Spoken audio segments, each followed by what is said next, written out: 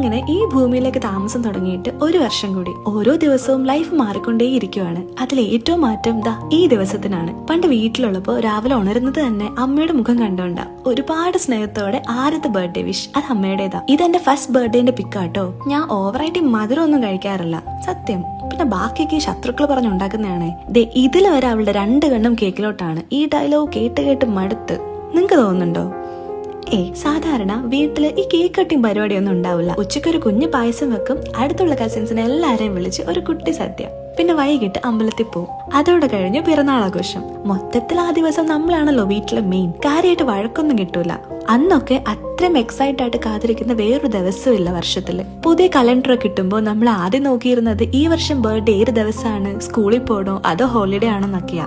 ഈ വയസ്സ് കൂടുന്തോറും ഒരുപാട് ഹാപ്പി ആവുന്ന അല്ലെ എക്സൈറ്റഡ് ആവുന്ന ഡേയ്സ് ഒക്കെ ലൈഫിൽ ഭയങ്കര കുറവല്ലേ. ഇനി ഇപ്പോഴാണെങ്കിൽ ഈ വർഷം ഇനി പുതിയ എന്തൊക്കെ തൊന്തരവാണെന്ന് ഓർത്ത് ബിപിയും കൂടും. അന്നും ഇന്നും ഒരിക്കലും മായാതെ മനസ്സിലുണ്ടാവുന്നത് എപ്പോഴും കുട്ടിക്കാലത്തെ ഓർമ്മകളാ അല്ലേ. അപ്പൊ കീപ് സ്മൈലിംഗ്. ടാറ്റാ.